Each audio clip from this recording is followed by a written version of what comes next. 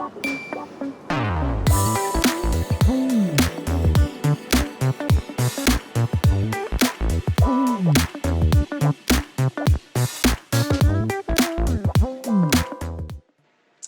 and good evening, everyone. My name is Raquel Batista, and I'm your host of Critica NYC.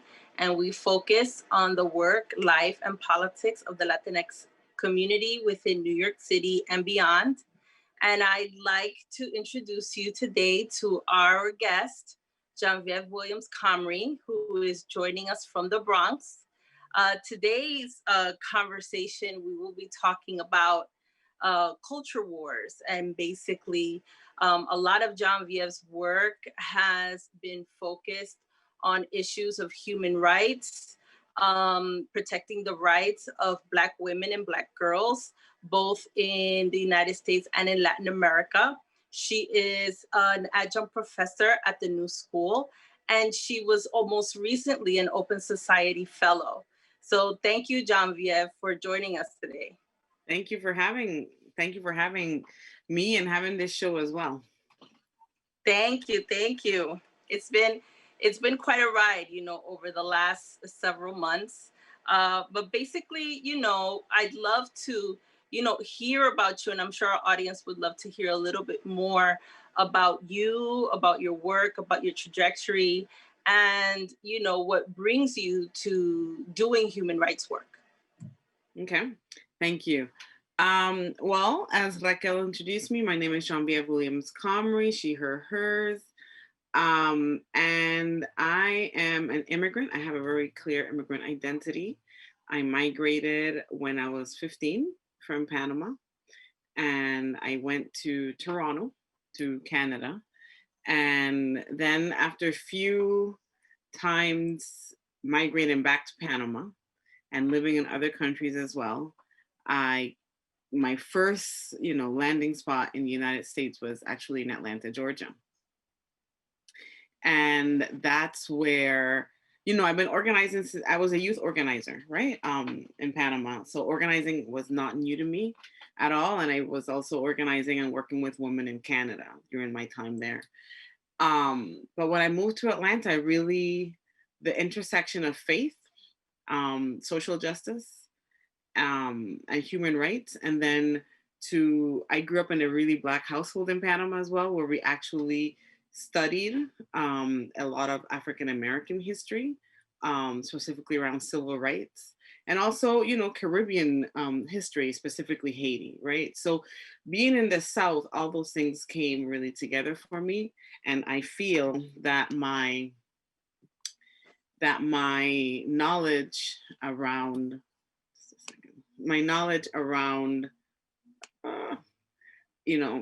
for the listening audience, I have children sending me texts from downstairs. I'm ignoring them, but because we're living in COVID time. So this is also part of the fabric of this interview. I will let you all know from now. It's a part of the show. Every once in a while, she does a sneak cameo into the camera. Yes, so you might meet the children tonight. You might not. I might have to pause to take care of an argument. I might not. You never know these times.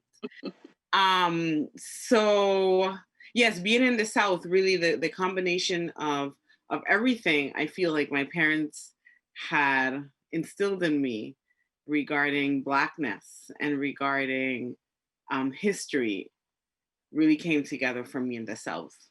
And that's where I started. I believe that during some time in Atlanta, I also moved back home for a minute.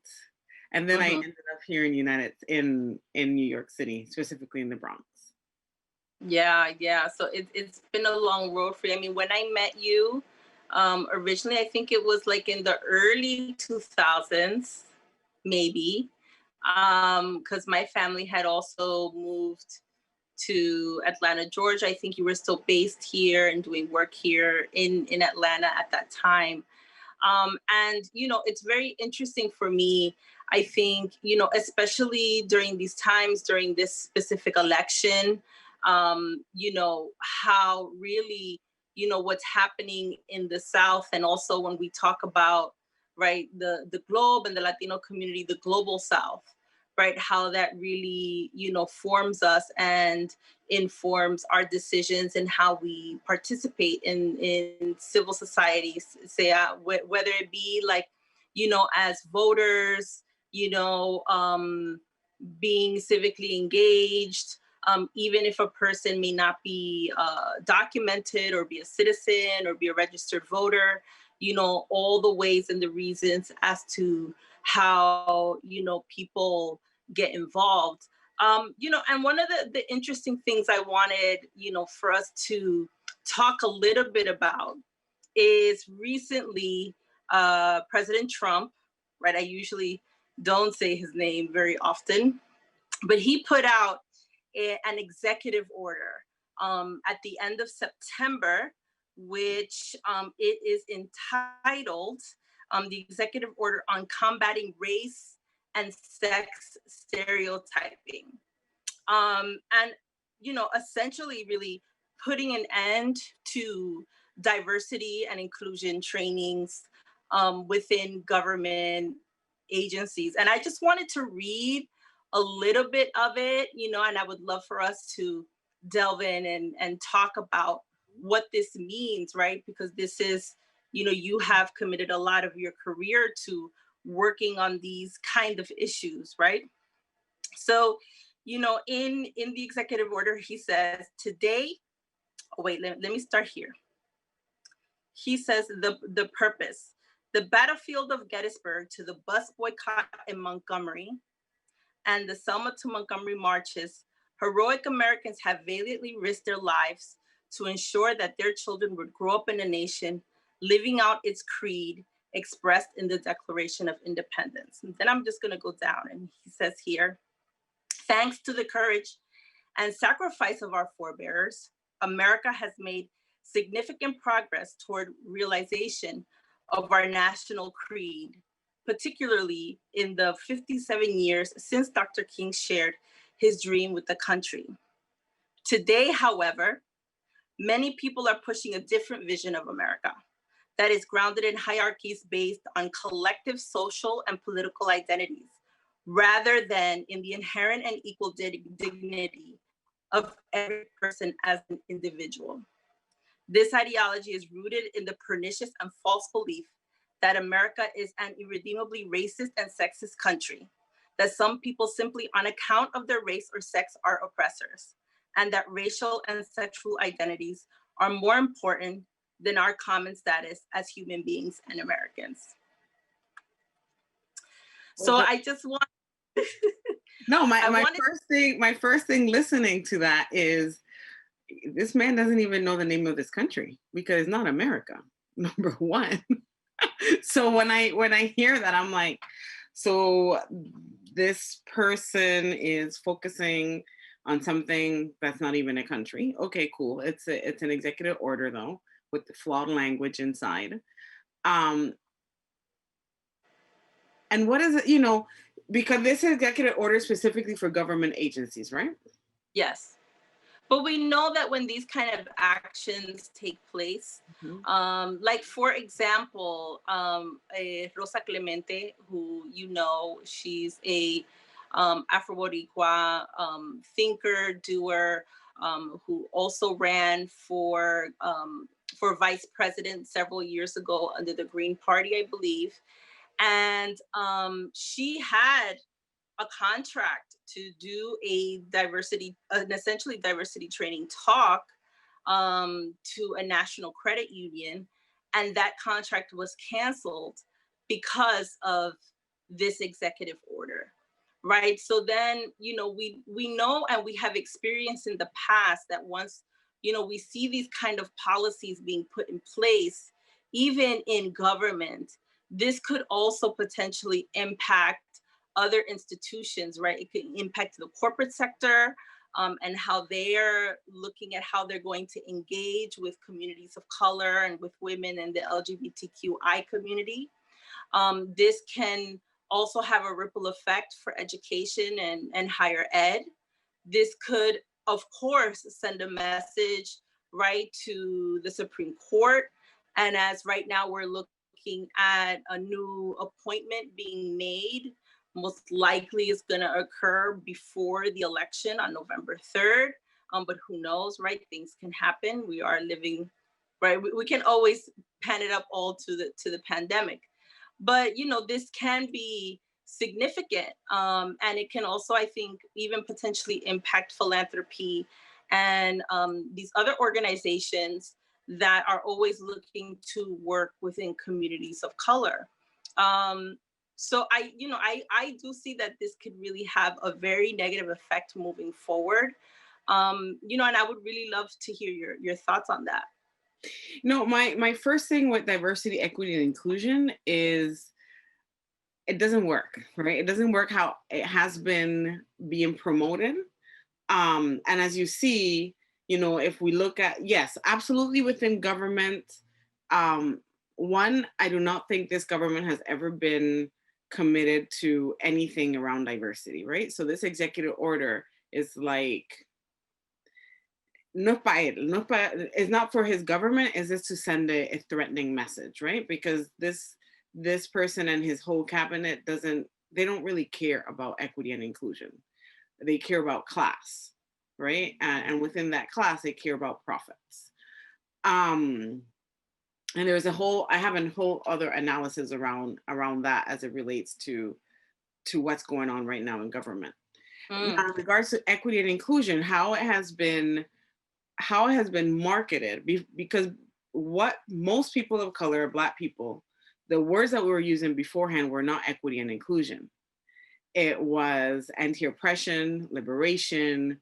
It was those types of terms, right? And then it was taken over by like corporate entities, meaning white folks, and made more palatable, and enter diversity, equity, and inclusion, DEI, right? And that's when a lot of white folks started doing DEI work. And my silence around that is, okay, so you have white folks coming in to white environments doing diversity, equity, and inclusion, using that language to make people feel comfortable. What really has shifted, though, outside of hiring people that are Black and of color predominantly to fill diversity, equity, and inclusion jobs, to click a check mark to say, yes, we're doing this work, but really not giving that person a whole lot of power to really create shift within these institutions. And within these institutions, I'm naming specifically private corporations, right, that are large, the large corporations, philanthropy as well, right, that replicate these systems, and then large nonprofit organizations. And I'm going to name that there's some community-based organizations as well that follow this whole, white leadership, and then the majority of people on the ground that are Black and people of color. Diversity and inclusion hasn't worked if it's navigated as this adjacent thing to corporations or to institutions, foundations, nonprofit organizations. There has to be a whole transformation. Now, this piece here is around, don't get buck wild. Things are going to start closing down on you all. That's that threat, right? And corporations that are going to be changing in order to navigate, then to me, those are the skeptical ones, right? Those are the ones that are like, okay, so you're not really committed to this, you're committed to that. And it's also universities, right? Because I feel like universities are going to start clamping down more on generating that diversity within their universities themselves because of these governmental changes and shifts. I don't know what else to say about that. Yes, when the president starts talking loopy things, cuckoo things, right? It trickles down to people being scared and fearing, and not people saying, oh no, we're not changing this. We're not going to allow for this to happen because we're committed to the mission of the organizations and the institutions, and this little steps, because there are little steps that corporations have taken to be more inclusive. They're just going to give up just like that because of this nut. So yeah, and And he says here, 57 years, he essentially uses, right, a civil rights leader to push this vision of, course. we have completed this part, right? Now let's really look at the individual. And, but the thing is, like, we do still see, for example, in several institutions, the fact that, even with our own children, right? Are they thriving in school? Are Mhm. they graduating high school? Are they able to get into the colleges? All the obstacles that they need to go through to even just obtain an education. The same thing, like, let's make the prime example, right? The Supreme Court, which right now we have the Senate confirmation hearings occurring right now. I mean, just to get even diversity on there, when we quote Ruth Bader Ginsburg, who stated, when would the Supreme Court be diverse enough? And basically her answer is, when we have 9 women, and not just have 2 or 3 women on the Supreme Court. What does it take, right, to get, and I would also love to hear a little bit. I know you've been doing these series of trainings on dominant culture. Mhm. What would it take for everyone, right, to really look at these things in a deeper way, to really create a more, I guess, a more sensitive, a more encompassing society? For one, for one, to me, can I do this work, right? I do this work with different institutions and organizations. And as soon as I walk in the door, right, I can tell, okay, so this is where this is at. And when I say that, and that assessment is, if I don't see the communities reflected in the staff, I can already tell without even sitting down before a meeting that things are not equitable. So one of the basic things is that if it's not predominantly, Black people, other folks of color, and it's predominantly white, then we have a very unequitable relationship to rights, right? Because you cannot service communities if those communities are not reflected in your staff. Number one, it just can't happen. And in order for that to happen, there's going to have to be a shift of power.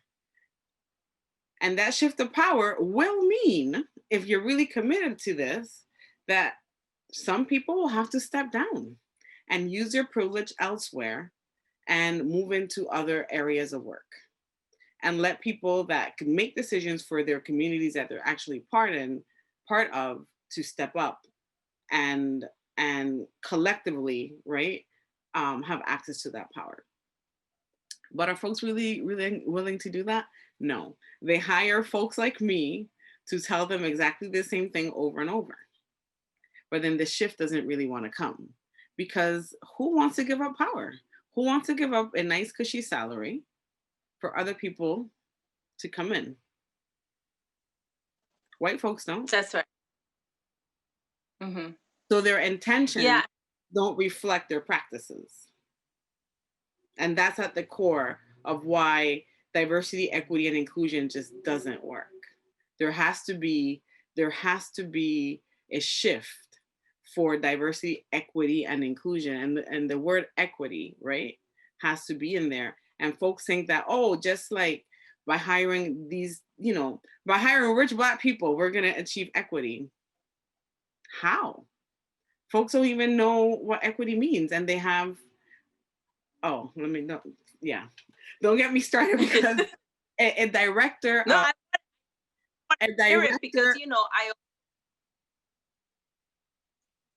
you I know, definitely want to hear, because it's interesting. I recently did an interview for Latinas on CUNY TV, which actually also airs tonight at 8:30. If folks in the audience want to check it out, and it was essentially a debate. It was 3 Latinas, all kind of on different points of the political spectrum, And there was one woman who is a registered Republican who lives in Wisconsin, who was part of the panel. And, and I just want to point out, like, one of the things that the executive order talks about is this issue of, kind of like, we don't want to fight anymore. We want to be one country. We all want to be one together. Right. And like, what does that really do to the conversation? This notion of we can't, we're not seen as equal, right? So when people are not seen as equal, we can't be all this together. When people and their humanity are denied, we can't be seen together. We can't be seen as one and together. And when Latino folks say that kind of stuff, I'm always like, I would have to take a deep breath because in their countries of origin, right? In their countries of origin, Latinos doesn't even exist, right? And secondly, they're not together either because the same racist, powerful forces that are here exist in each and every single country of Latin America. So when Latinos here, right, and Latinas, Latines, when they're here, I'm like, okay, where is this person coming from without this like unfoundedness of, yes, we want inclusion, we want this, but hey, that doesn't exist. What we need to fight for is power, access to power, because asking people and telling them over and over, oh, let us in, let us belong, let us this, that's not going to change anything.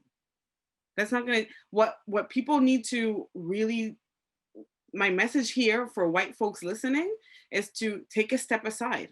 That's, if you really believe in this diversity, equity, and inclusion piece, it means that you might need to step aside. If not, you're playing.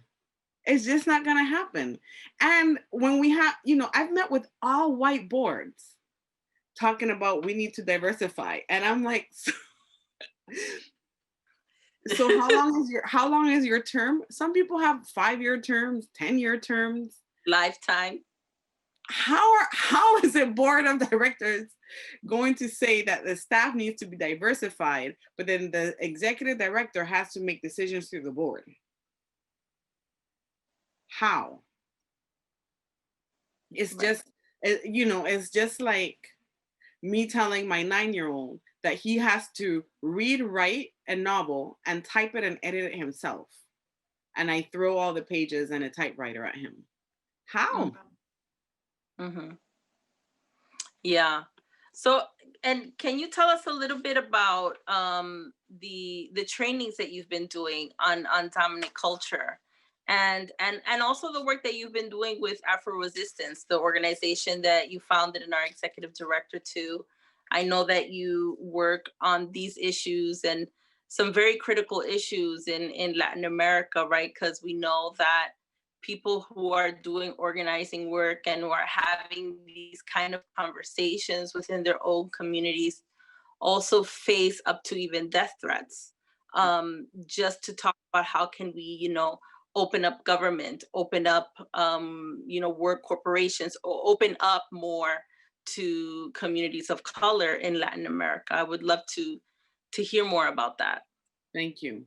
So the just briefly, a dominant culture workshop is around really naming and acknowledging that we're all part of this very white, European, male-dominated, cis male-dominated culture, period, right? And there's different manifestations of that.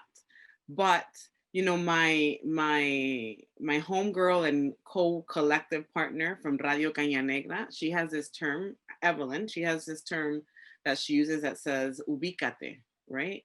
And ubícate just means like locate yourself.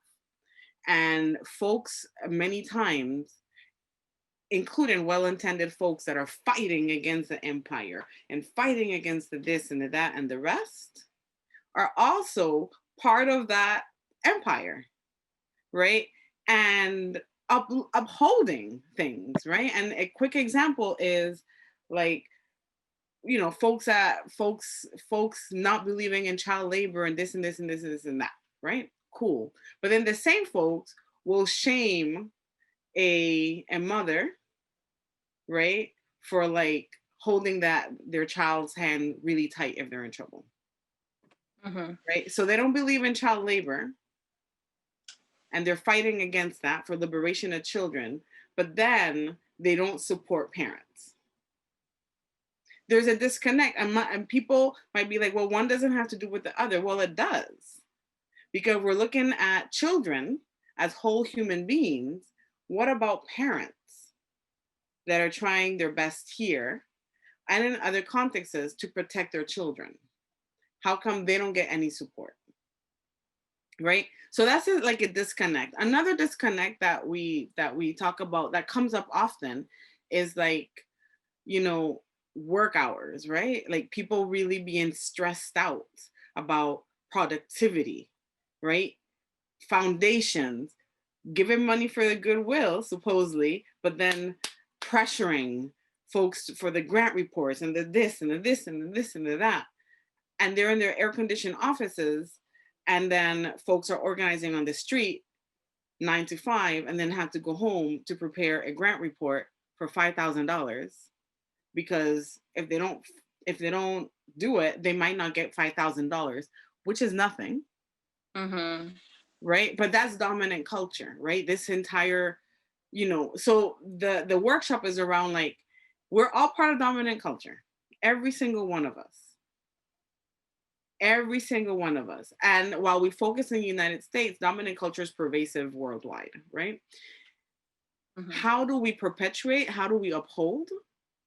And then what are some of the things that we can live with, right? Like I can live with ordering my kids pizza for their birthday parties and not cooking up a whole meal like they would do back home if we were back home. You know, the rice, potato salad, everything else, right? I don't have the energy for that, but I also don't have the aunties that will do that, because back home, that's what would happen. So dominant culture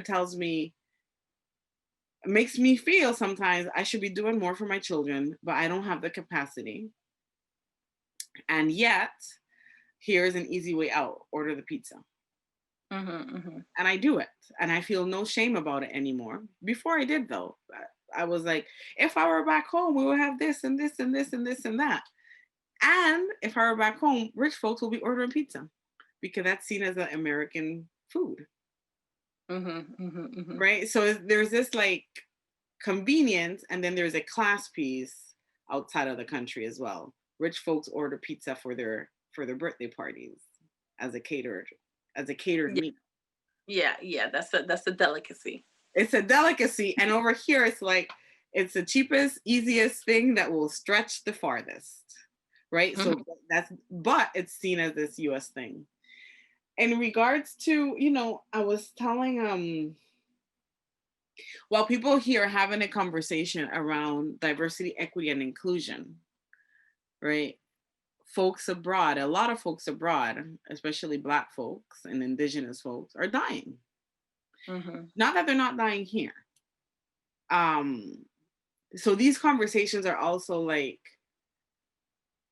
so like when I hear them here compared to what's happening on the ground, I'm like, wow, they're so disconnected. And yet here we are having to have these conversations around this disconnection, right?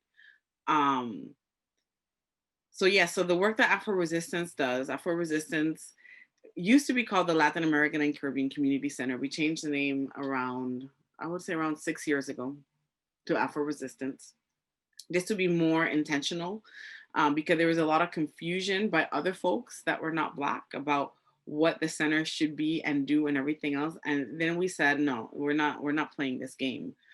So AfroResistance really centers racial justice and human rights, not only in the United States, but in the region. So it's the Americas.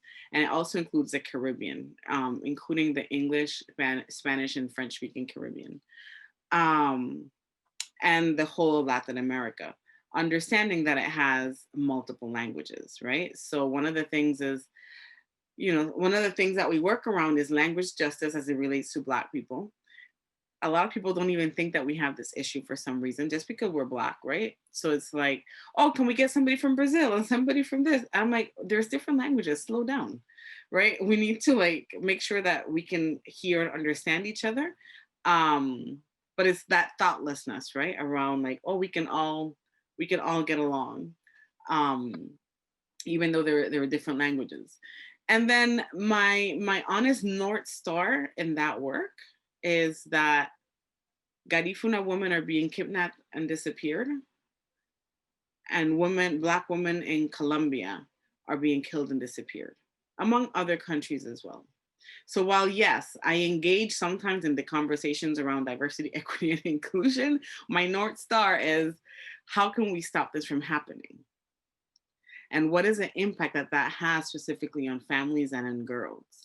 Because if Black women are being, when I say kidnapped and disappeared, there's a whole other action that happens between that kidnapping and disappearing, right? And we all understand and know what that could be.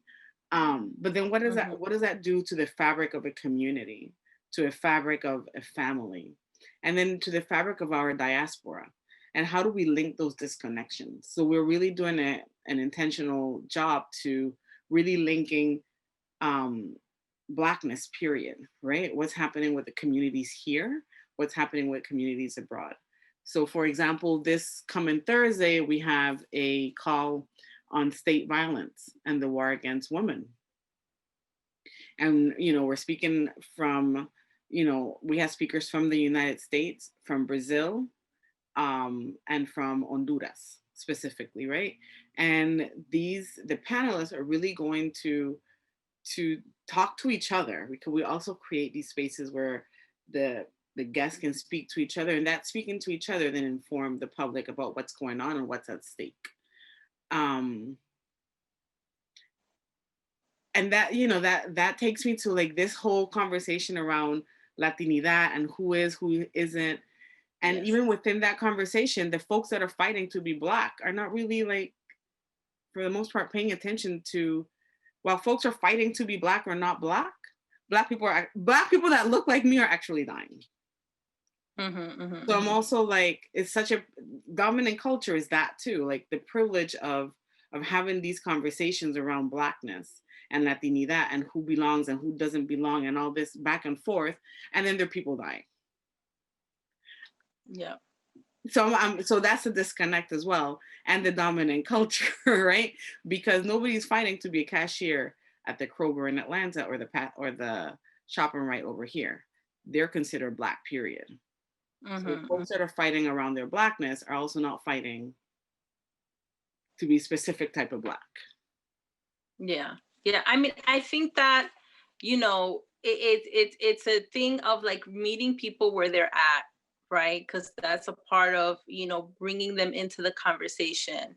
But then, being able to then say, okay, now let's take the conversation here, because I think, all of us need to know about what's happening, right? In Colombia, in places like Brazil, why are people just disappearing and dying?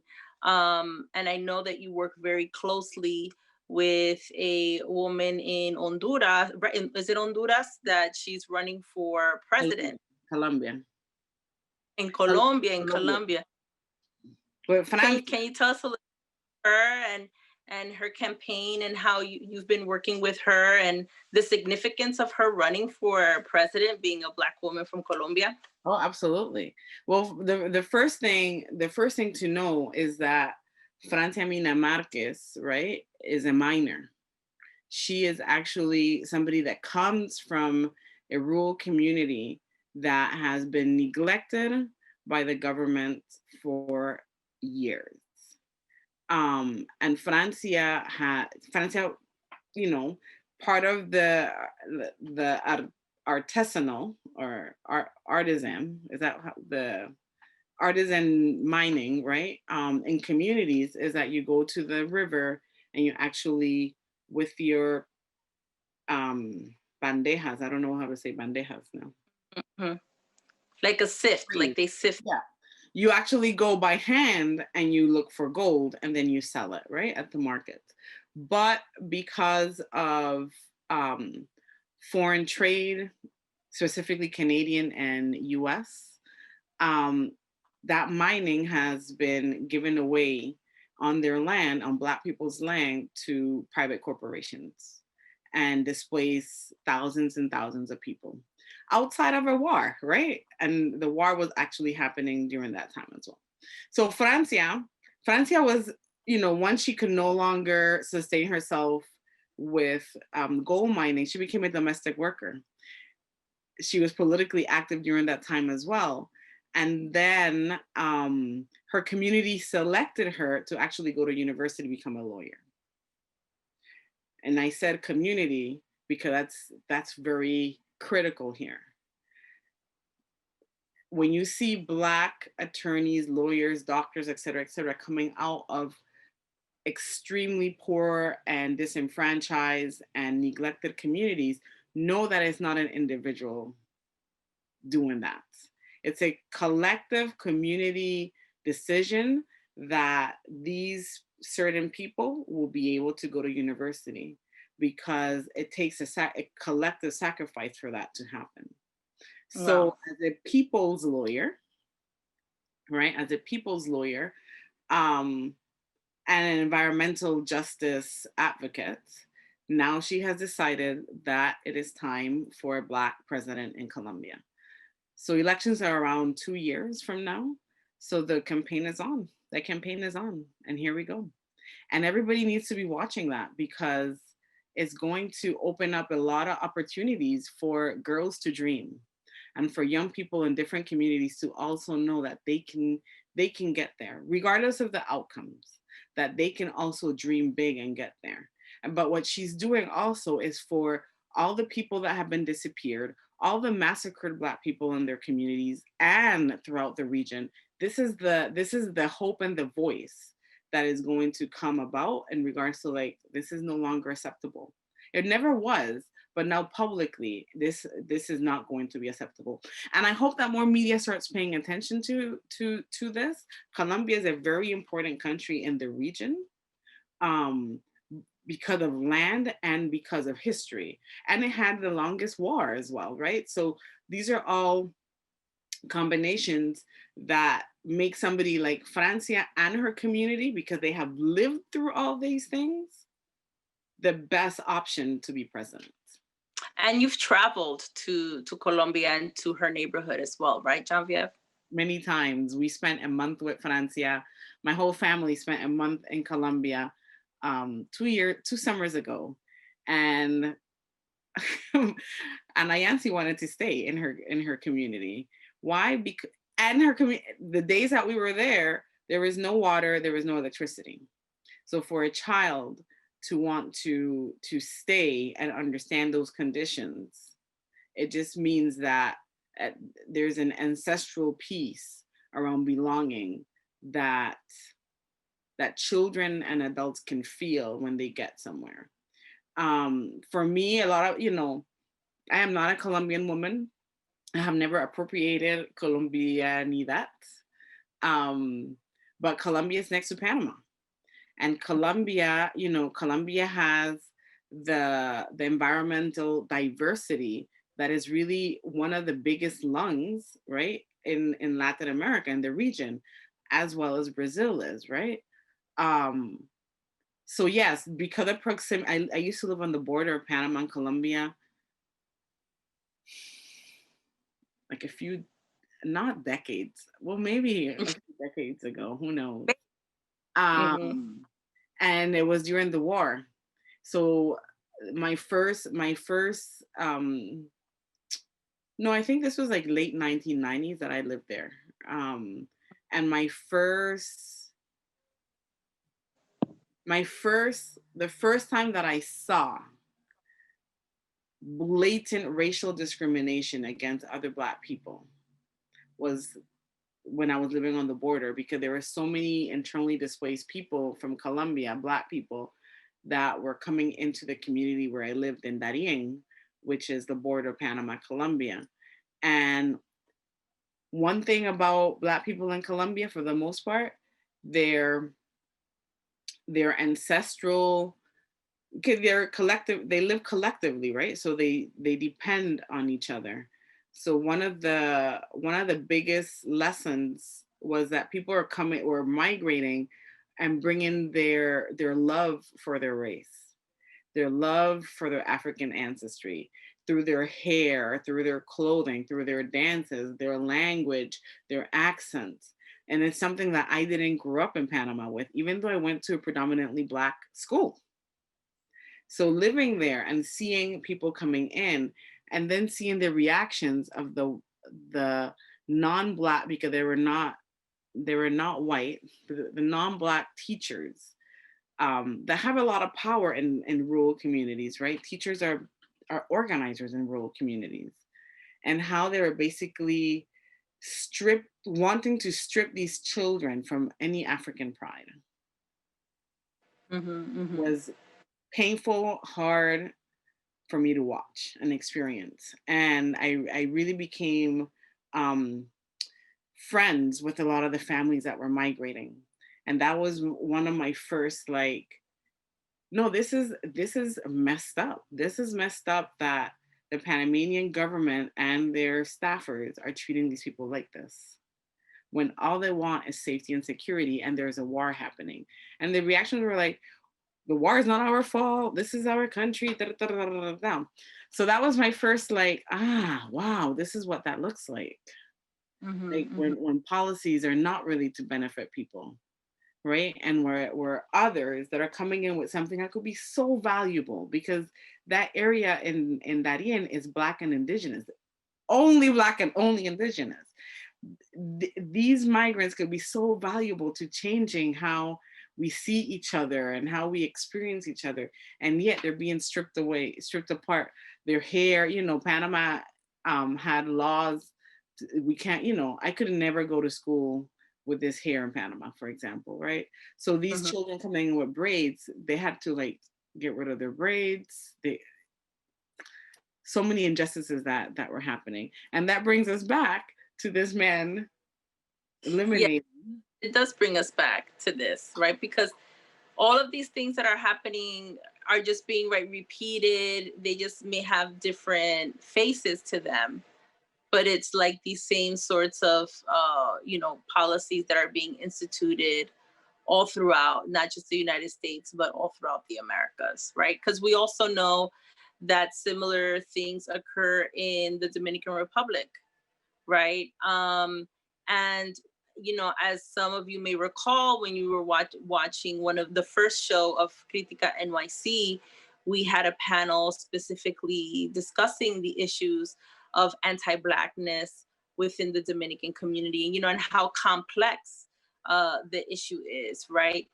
And we always keep coming back to this, right? Because essentially, I think for me, right, and it's an issue of that we have to always continue exploring and discussing, and really bringing to light, right, what's happening, in all the different parts. But also, Janvieve, I also wanted to have you also talk a little bit about you supported other Black folks who have also run for president in the United States. I remember a few years ago, you were working on a presidential campaign, and I even came out, to one of your events. I definitely, want to hear you, kind of talk about why did you decide to work on that particular campaign? What were the issues you were really looking to bring to the forefront with that campaign? And then I would also love to hear your reflections on what is happening currently with this election that's occurring now in the US. Got it. So, yes, 4 years ago, I was in a completely different position, um, than I am now, which is good because working on a campaign is exhausting, as you know. So I was the manager for Ajamu Baraka, who was the vice presidential candidate for the Green Party.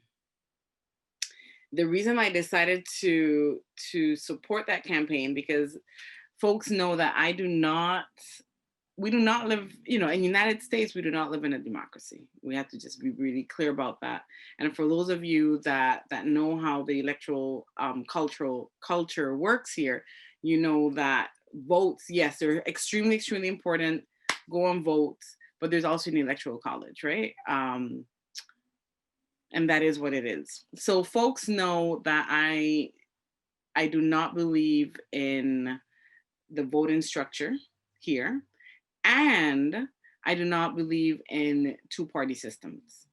That is like a fundamental piece. Yes, I do acknowledge and I understand that there's two parties that predominate, but there are also many other parties that exist, right? That are considered, to be independent, even though there's nothing independent about them. They're just lower funded. They don't have access to the millions of dollars that the Democratic and Republican Party does. That's the only difference. And they provide an alternative for people. The system here is flawed because if it were an actual democratic system and culture, all those different candidates will be at the debates, and people will be able to listen and to hear to every single candidate and what their vision is for this country. But that doesn't happen because there is corporate interest, right? In these two parties that are all wrapped up together. So let's not believe that the Republican and the Democratic Party don't communicate and have alliances behind closed doors. I don't believe that.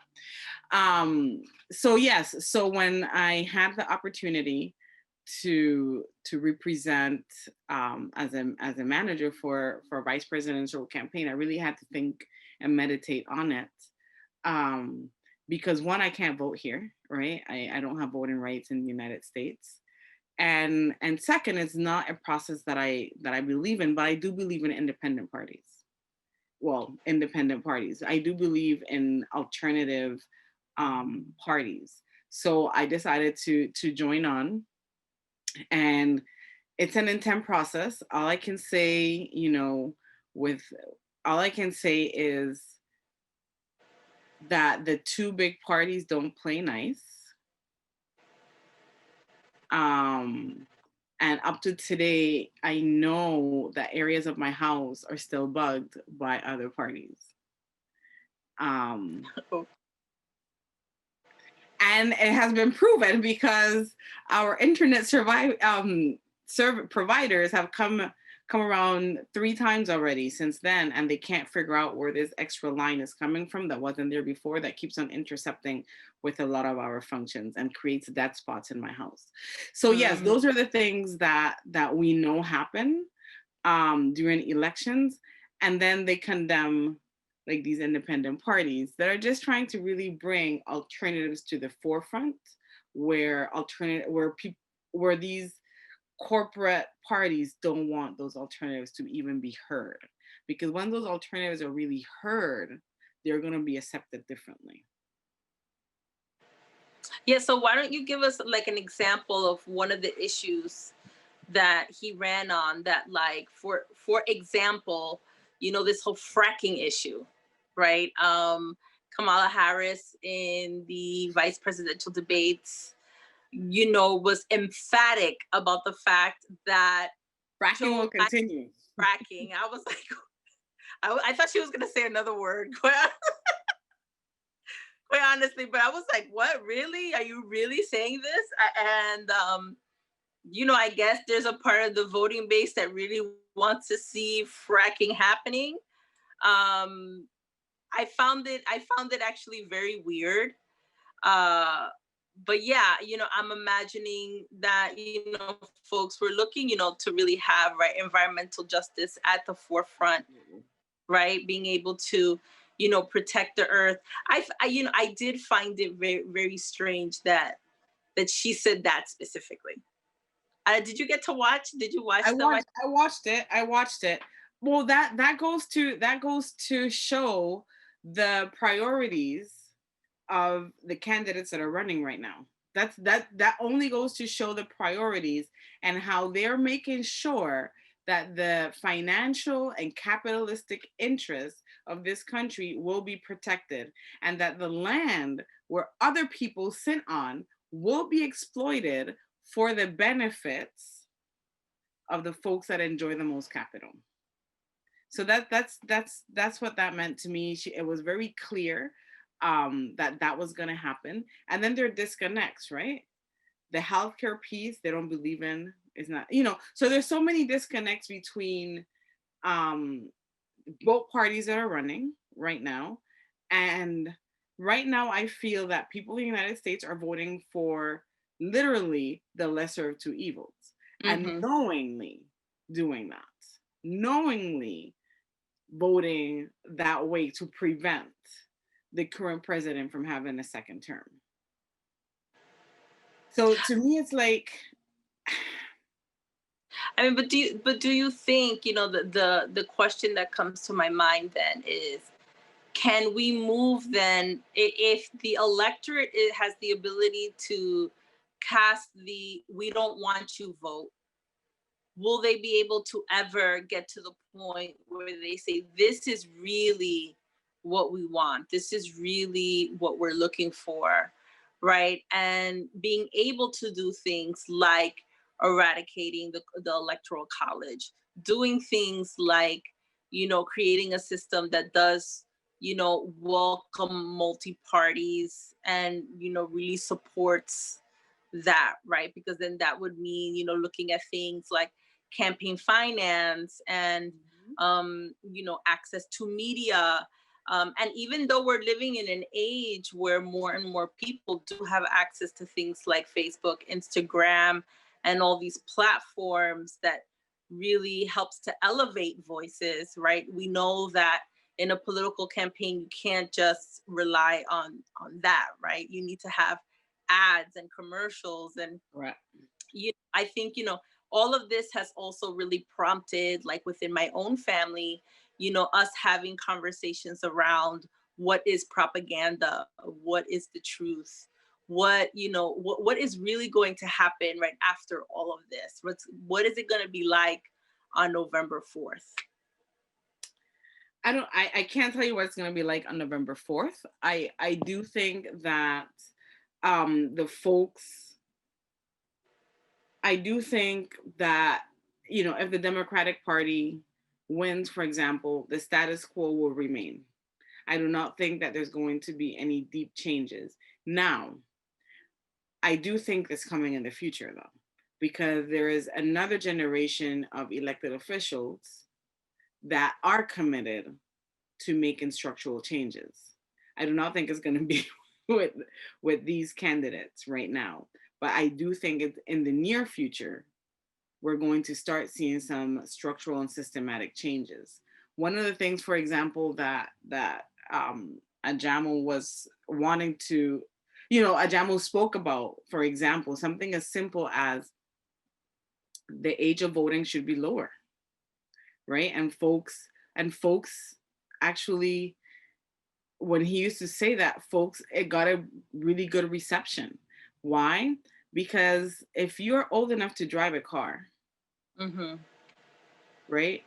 If you're old enough to work and earn an income and drive a car, you're old enough to vote, right? You're old enough to really, and folks that are being elected are impacting children, for example. What child doesn't know about politics in this country? God, oh my God. If I tell you the things that Carmen says, my daughter, exactly. She will go up to the screen and she'll start screaming, "You're bad. You need to go. I'm voting for Joe." She's like. Exactly. Yeah. This weekend I saw. Knows it's your fault because the coronavirus came here. Yeah. Yeah. Yes, they're very aware. They're very aware. And I see people who are 16, 17, they know what's going on. First of all, they're on their social media all the time. They're on their phone. That's the generation. And they are very much aware of what's happening, politically. Exactly. Another thing that was being proposed is that people that are incarcerated also have the right to vote. Yes. Because in this country, they don't have the right to vote, right? Well, but they're still human beings and they're still paid off a bunch of Pardon me? people's fines. Bloomberg paid off fines of folks in Florida so that they are able to vote. But those are folks that are out. Yeah. I'm specifically speaking about having actual voting The prisons. In prisons. Because just because people are incarcerated, and I do not believe in prisons, by the way, right? But just because people are incarcerated doesn't mean that they should be stripped of their right to vote, right? And you have folks in other countries that actually run from prison to be presidents of their countries because they can. Yeah. Right. So those are some of the disconnects that people that don't come from communities and then get into positions of power. There's a complete disconnect about what is happening and what should happen. And a lot of it is based on their advisors that have no lived experience, that most times don't have a lived experience, and not coming from actual people that have lived through different circumstances and scenarios that can say, well, this should be happening for our people. Yeah. This all brings me to, just thinking a little bit more about, how these conversations goes. I feel like there are these conversations that are happening, right? Like on the surface, right? And you alluded to this, earlier in the conversation, and the disconnect, and like, for example, like, I don't hear enough of us talking about, like, when we talk about incarceration and mass incarceration of Black and Latino communities, the issue of like the death penalty and how that disproportionately impacts, Black men, right? And what would it mean for us to have like real conversations about eradicating the death penalty in this country? And actually, just a few weeks ago, the federal government just had its first execution in Texas in over 18 years. And so, these are the sort of things that are happening under this administration, and that, I feel, sadly, while I understand, groups like Black Lives Matter and others are really fighting on, these messages that are really reaching people.